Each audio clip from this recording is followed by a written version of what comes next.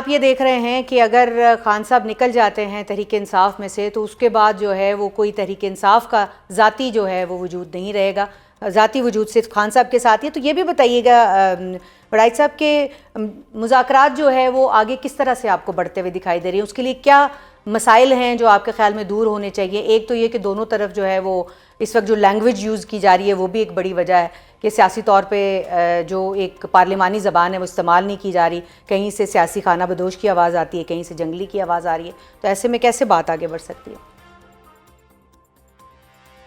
बिल्कुल सही बात है, लेकिन जाहिर है कि कॉमन सेंस और जो जिसको कहते हैं कोई सियासी दानिश, वो तो बरूए कार नहीं है। एक एक स्टेप पीछे हटना पड़ता है। जब भी आपकी कोई सुलह करना पड़ता है तो आप अपने अपने स्टांस से पीछे हटते हैं। तहरीक इंसाफ के जो डाई हार्ड लोग हैं या एग्रेसिव लोग हैं या जिनको मैं अकाब कहता हूँ, तो ये अकाब जो हैं उनको ये सूट करता है कि एक हार्ड स्टांस जो है वो लिया जाए, और ताकि एक तो ये है कि वो जो ओवरसीज़ हैं उनको गरमाया जाए और पाकिस्तानियों को भी गरमा के रखा जाए। लेकिन ज़ाहिर है इस स्टांस से कुछ मिला नहीं है। कोई इनकलाब आ जाता या आ जाए उसका नहीं मुझे पता, लेकिन इसका काउंटर जो है वो नुकसान हुआ है बहुत ज़्यादा, और ये बाहर बैठे हुए जो लोग हैं वो ये कर रहे हैं।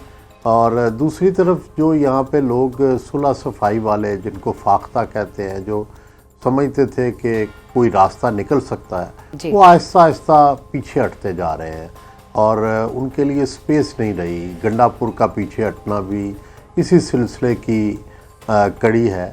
और बैरिस्टर गौहर और जो असद कैसर साहब और जो दूसरे लोग हैं, वो भी मुझे लगता है कि वो जो ओवरसीज़ प्रोपेगेंडिस्ट हैं और जो यूट्यूबर हैं, उन्होंने उनको बेअसर करके रख दिया।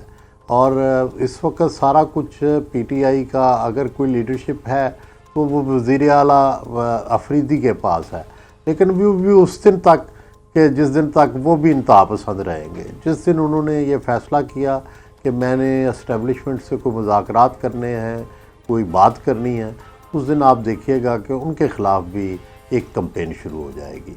तो पहली तो बात यह है कि ये it should start from Imran Khan himself, कि वो एक पहले कोई कमेटी बनाएं और उनको संजीदा फ़िक्र और फिर उनको कॉन्फिडेंस भी दें।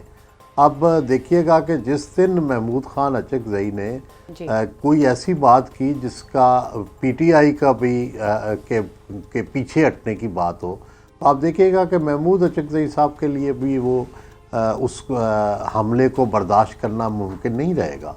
तो ये एक प्रॉब्लम है जिसको पीटीआई ही को खुद ही टैकल करना चाहिए। रऊफ़ हसन साहब को किस तरह से उन्होंने हटाया, किस तरह से, पूरी एक कहानी है कि जो भी बंदा मुज़ाकरात करने की या एक मॉडरेट रास्ता ढूंढने की कोशिश करता है, उसके ख़िलाफ़ एक कैंपेन शुरू हो जाती है। और दूसरी तरफ इस्टेब्लिशमेंट भी और हुकूमत भी, वो तो ज़ाहिर है रास्ता ही नहीं देना चाहते ना उनको।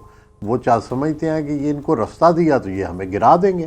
तो इनको ये जब तक ये एश्योरेंस नहीं देते कि हम आपको गिराएंगे नहीं, तो वो इन्हें रास्ता क्यों दें। सोहेल आफरीदी साहब का आपने जिक्र किया है वराइद साहब, तो आपको क्या लगता है कि सोहेल आफरीदी जो उनका इस वक्त तर्ज़ हुक्मरानी है अपने सूबे के अंदर, क्योंकि सिर्फ जो है वो स्ट्रीट मूवमेंट से तो मामलात आगे नहीं बढ़ते, सूबे के अंदर एज एन एग्जीक्यूटिव कोई कारकर्दगी भी दिखानी होती है, तो उनकी तर्ज़ हुक्मरानी को कैसे देखते हैं? और आप ये जो उनका दौरे पंजाब था, इसका उनको कोई सियासी फ़ायदा हुआ है या नुकसान हुआ है? स्ट्रीट मूवमेंट की बात तो वो कर रहे हैं। देखें, जब क्राइसिस होता है ना, या जब आप एजिटेशन के मोड में होते हैं, तो उस वक्त कारकर्दगी और ये वो, इस वक्त तो उनको सिर्फ इस चीज़ पे देखा जा रहा है कि how steadfast he is, how agitative he is, how जो है किस तरह ही इज़ डिफाइंट और नॉट। तो इसी पे उन पे तालियां बज रही हैं। तो कारकर्दगी तो तब होगी जब हालात नॉर्मल होंगे, जब उनको इस तरीके से जज किया जाएगा। तो अभी तो वो डिफाइंस की जजमेंट में हैं। और ये जो दौरा पंजाब था, ये भी उसी तरह का अपरोर क्रिएट करना था कि जिसमें आप डिफाइंट लगें, जिसमें ये लगे कि भाई तहरीक इंसाफ जो है वो अभी भी उसके अंदर ताकत है रेजिस्टेंस की। तो ये सारे एलिमेंट्स इसीलिए वो लाहौर तशरीफ़ लाए और ज़ाहिर है उससे उनको ख़बरें मिली, इससे उनको नाम मिला, इससे उनके जो है बगरचे कोई बहुत बड़ा ना इस्तकबाल हुआ, कुछ ना हुआ, लेकिन उनको ऐसी ख़बरें मिल गई जिससे उनकी जो रेपुटेशन थी और सर्वाइवल थी वो बेहतर हो गई। तो अब वो सिंध के दौरे की बात भी कर रहे हैं सोहेल आफरीदी साहब। अब आगे ये गुफ्तगू शुरू हो गई है कि हम पंजाब गए थे, अब हम सिंध भी जाएंगे। तो आपको क्या लगता है वहाँ पर भी कोई उनको इस तरह का सख्त एक रद्द-ए-अमल सामने आएगा या सिंध में उनका इस्तकबाल ज़रा डिफरेंट तरीके से हो सकता है? नहीं, मेरा ख्याल है कि ज़ाहिर है फेडरल गवर्नमेंट तो एक ही है और पॉलिसी तो एक ही चलेगी। नून पीटीआई को ये नहीं समझ आ रही कि देखें उनके बारे में नून लीग हो, पीपल्स पार्टी हो या फ़ौज या मुक़्तदरा हो, तीनों एक हैं। उनके आपस के मसाइल अपने अलग हैं, लेकिन पीटीआई को कोई रास्ता देने को तैयार नहीं है, क्योंकि सब ये समझते हैं और कन्विंस इस वक्त तक यही है कि भाई अगर हमने रास्ता दिया तो ना ये हमें छोड़ेंगे, ना मुल्क को छोड़ेंगे, ना फ़ौज को छोड़ेंगे। ये तासुर बहुत मजबूत है और इस तासुर को पहले ख़त्म करना होगा, तभी जाकर कोई मामला जो है वो आगे चलेगा। आखिर में सोहेल साहब ये बताइएगा कि अगर आप पाकिस्तान पीपल्स पार्टी की सियासत को देखें, जो अभी तक वो जिस तरह से चल रहा है मामला, हुकूमत के साथ एलाइज़ हैं, जेयूआई की सियासत को देखें, तो आपको इन दोनों जमातों को हुकूमत के साथ चलते हुए, पीटीआई के साथ चलते हुए फ्यूचर क्या दिखाई दे रहा है? क्योंकि रेलेवेंसी कुछ कम होती दिखाई दे रही है इन दो जमातों के ख़ास तौर के ऊपर। मेरा ये ख्याल है कि ये इस वक्त जो इत्तेहाद बना हुआ है ना, तकोन जिसको कहते हैं, नून है और पीपल्स पार्टी है और फ़ौज है, अगर इस तकोन के अंदर कोई एक भी पार्टी गिरी तो मेरा ख्याल है सिस्टम का सस्टेन करना लंबा मुश्किल हो जाएगा। क्योंकि अगर आप सिंध से पीपल्स पार्टी को निकालते हैं तो वहाँ पर जो एंटी पाकिस्तान जो लोग हैं या सिंधु देश के हामी जो हैं, वो ज़ाहिर है वहाँ उस मूवमेंट को फ़ायदा पहुँचेगा। और दूसरी तरफ आप नून को निकालते हैं, चाहे ये कमज़ोर है, चाहे जितनी भी है, लेकिन ये वाहिद पार्टी है जो बार बार पंजाब में जीतती रही है और उसको टैक्टिक्स को जानती है, पंजाब के टैक्टिक्स को। तो तीसरी ऑप्शन खुद फिर तहरीक इंसाफ रह जाएगी ना।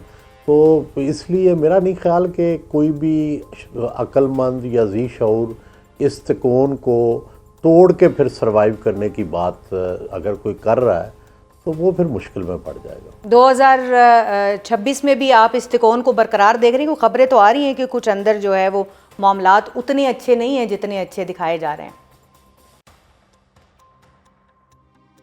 पता नहीं वो तो क्या है क्या नहीं होगा, मुस्तकबिल के बारे में तो कहना मुश्किल है, लेकिन मुझे ये लगता है कि अगर कोई गड़बड़ भी है, और डेफिनेटली गड़बड़ होती है जब आप तीन मुख्तलिफ चीज़ों को जोड़ने की कोशिश करते हैं, तो गड़बड़ तो होगी, लेकिन उसको अगर सेटल ना किया गया, उसकी बजाय लड़ाई हो गई, तो फिर मैं देखता हूँ कि फिर ये सिस्टम की सस्टेनेबिलिटी शायद थोड़ी देर तो हो जाए, ज़्यादा लंबी नहीं होगी। यानी फिर ये कंपनी नहीं चलेगी।